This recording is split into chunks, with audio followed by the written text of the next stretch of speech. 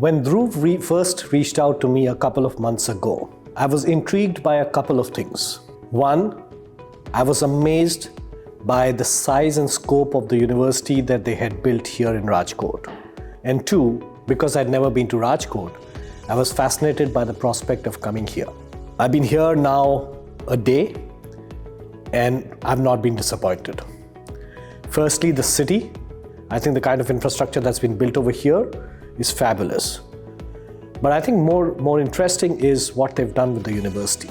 As I spent time today with the students, with the university, with looking at some of the infrastructure that's here, it's fascinating what's the scale of a university can be.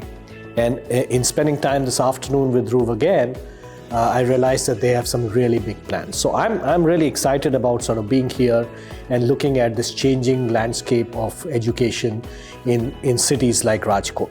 I spent about 6 hours today with the student community, interacting with them on a host of things, talking about some decision-making processes, etc. And it's commendable how much enthusiasm they have around what they want to do with their lives and with their careers. Some of the questions I got, very well thought through.